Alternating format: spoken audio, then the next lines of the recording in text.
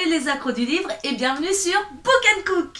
Comme d'hab, avant de vous révéler la pâtisserie associée au livre de la semaine, je vous emmène cette semaine sur les sentiers de l'adolescence avec le superbe roman jeunesse de Daniel Junge Ullmann. J'ai nommé Toute la beauté du monde n'a pas disparu. Édité chez Scripto, une collection Gallimard. C'est parti!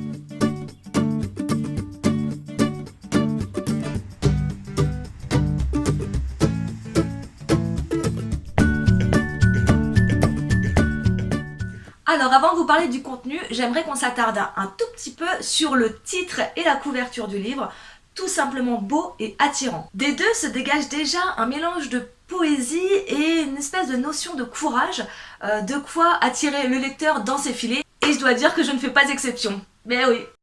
Bon, de quoi ça parle? Entre journal intime et flashback, ce roman met en scène Ingrid, une ado envoyée à Peak Wilderness, un camp d'été, où la nature sauvage et parfois hostile, va mettre les nerfs de notre protagoniste et de ses camarades à rude épreuve. Avec pour seul compagnon d'aventure 2 instructeurs et une poignée d'ados borderline, cette expérience de 21 jours imposée par sa mère s'annonce comme un défi. Si ce séjour n'est pas l'initiative de la jeune fille, elle accepte, non sans récrimination, c'est une ado quand même, les conditions maternelles afin d'accéder à son rêve, intégrer une école de musique londonienne. Oui, bon, bah la chanson c'est pas fait pour tout le monde, hein. La vidéo aussi, tu me diras. La carrière de chanteuse lyrique de sa mère, Margot Sophie, loin derrière, Ingrid se plaît à rêver à la sienne, malgré les réticences, voire l'interdiction même d'y penser, de sa maman. Bon, on peut dire que ça crée des petites tensions quand même. Mais voilà que son talent est reconnu et volontiers accepté dans cette école qui séparera par quelques milliers de kilomètres cette fille de cette mère qui est toujours meurtrie par la perte de sa voix et dont elle ne se remettra jamais et dont la dépression guettera toute sa vie durant malheureusement. Aujourd'hui, affublée d'un sac à dos et d'un désespoir à peine contenu, eh bien Ingrid tente de faire face au déferlement émotionnel qui l'envahit pendant ce camp.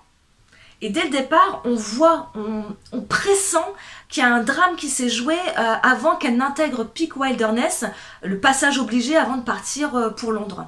Que s'est-il passé?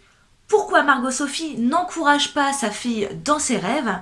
Pourquoi l'envoyer dans ce camp? Plongée au cœur de la nature et dans cet océan de colère et de douleur d'Ingrid, j'ai immédiatement été happée par ce roman d'apprentissage. De cette introspection adolescente émotionnellement forte, je vous préviens, se dessine un rapport mère-fille à la fois fusionnel et complexe qui franchement serre le cœur.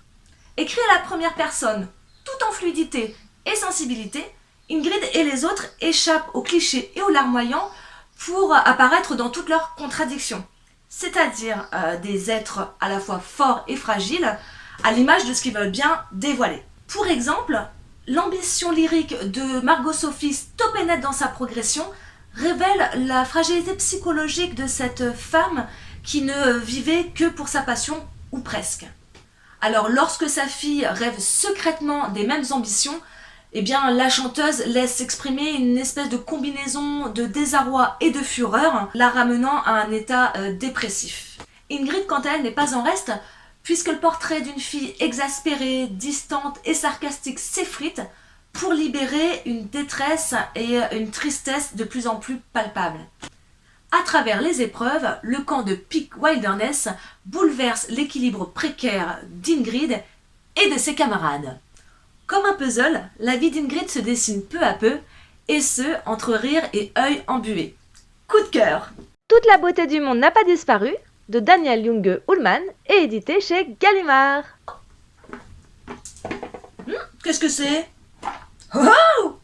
Je crois que c'est l'heure de la gourmandise.